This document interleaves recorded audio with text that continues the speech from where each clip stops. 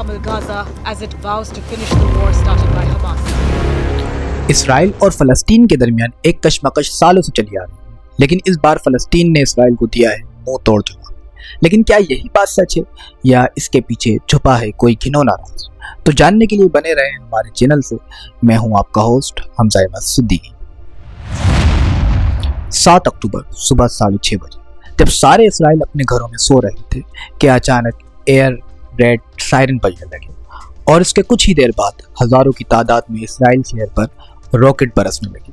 اس پر اسرائیلی defence force یہ بتاتی ہے کہ 2200 راکٹ فائر کیے گئے، جبکہ حماس گروپ کا کہنا ہے کہ 5000 راکٹ فائر کیے گئے۔ لیکن دیکھا جائے تو اسرائیل کے پاس ایک آئرن ڈوم سسٹم ہے۔ یہ دنیا کی بہترین ڈیفنس سسٹم میں سے ایک ہے۔ جب بھی راکٹ کی اس طرح برسات ہوتی ہے تو یہ لیٹسٹ ٹیکنالوجی ہوا میں ہی راکٹ کو تباہ کر دیتی ہے اور اسرائیل کو محفوظ رکھتی ہے۔ لیکن اسرائیل پر 5000 راکٹ فائر کیے گئے، جس کی وجہ سے یہ ڈیفنس سسٹم بھی ناکام رہا، جس کی وجہ سے اسرائیل کے اندر کئی لوگ مارے گئے اور بہت سے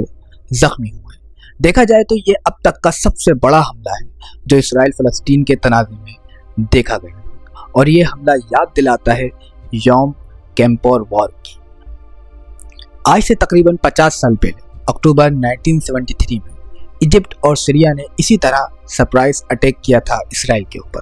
جس کے بعد ایک جنگ چھڑ گئی تھی جسے یوم کیپور وار کہا جاتا ہے، اور ابھی کا یہ حملہ اس سے بڑا حملہ قرار دیا گیا ہے، کیونکہ حماس نے یہ حملہ صرف راکٹ سے نہیں بلکہ زمین سے، سمندر سے اور ہوا سے اٹیک کیا،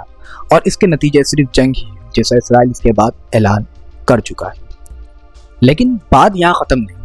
اسرائیل غازہ بارڈر پر جو باؤنڈری دیوار تھی اس کو بھی بلڈوزر کے ذریعے گرا دیا گیا، اور کئی فلسطینی مجاہد اس جگہ سے اسرائیل میں گھستے ہوئے دکھائی تھے، تو کچھ پیراشوٹ کے ذریعے اور کچھ کشتیوں کے ذریعے اسرائیل میں داخل ہوئے، اور ایک ہی دن میں کئی حملے اسرائیلوں پر کیے گئے، جیسا کہ اسرائیلی غازہ بارڈر کے ملٹری بیس پر بھی حملہ کیا گیا۔ اسی طرح اسرائیلی ٹینک کو بھی کیپچر کیا گیا، اور اسی طرح کئی اسرائیلی فوجیوں کو پکڑ کے قیدی بنا لیا گیا، اور اس کے بعد اسرائیل نے بھی ایک اسٹیٹمنٹ جاری کیا جس میں جنگ کا اعلان واضح دیکھا جا سکتا تھا، اور اس کے بعد اسرائیل نے بھی جوابی کارروائی کی، جس کی وجہ سے فلسطین میں کئی لوگ شہید کر دیے گئے، جبکہ حماس کے ملٹری کمانڈر محمد الدیف نے اس پورے حملے کو الاقصی فلوٹ کے نام سے یاد کیا، اور انہوں نے یہ بھی بیان دیا کہ حماس یہ اس لیے کر رہا ہے کہ اسرائیلیوں نے فلسطینی بھائیوں پر بہت ظلم کیا، لیکن دراصل یہ مسئلہ جڑا ہے مسجد اقصی سے، یا مسجد اقصی کے ایک واقعے سے جو سال 2020 کی بات ہے، جب اسرائیل نے الجرا کمیونٹی کو فلسطین چھوڑ کر جانے کو کہا، اور ساتھ ہی ڈیتھ آف عرب کے نعرے بھی لگائے گئے، اور 7 مئی 2021 میں مسجد اقصی میں فلسطینی اپنی عبادت گاہ میں پرسکون احتجاج کر رہے تھے اسی بات پر کہ اسرائیل نے ان پر حملہ کیا۔ یہ سب کشیدگی ابھی کی نہیں بلکہ یہ سالوں پہلے سے چلتی ہوئی آ رہی ہے۔ لیکن یہ سب جتنا سیدھا دکھ رہا ہے، کیا واقعی ایسا ہی ہے؟ تو دیکھا جائے تو اسرائیل کی اعلیٰ ایجنسی، جس کو لوگ دنیا کی نمبر 1 ایجنسی بھی کہتے ہیں، جس کا نام موساد ہے، سوال یہ پیدا ہوتا ہے کہ دنیا کی نمبر 1 ایجنسی بھی کیسے اس حملے کو روکنے میں ناکام رہی، اور کہا جاتا ہے کہ اسرائیلی ایجنسی کے انفارمرز